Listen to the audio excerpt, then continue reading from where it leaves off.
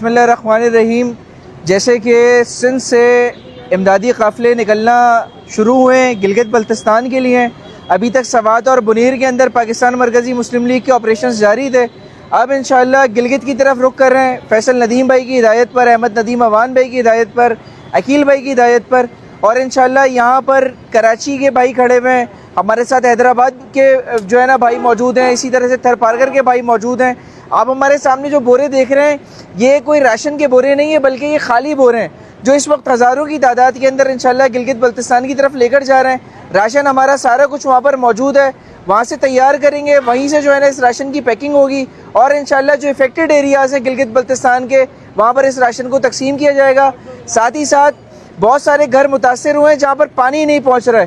ہمارا اگلا منصوبہ یہ ہے کہ انشاءاللہ جو قدرتی جھرنے موجود ہیں, وہاں پر چشمے موجود ہیں, انشاءاللہ وہاں سے پائپ لائنز ڈال کر گھروں تک جو ہے نا وہاں پر پانی پہنچایا جائے گا.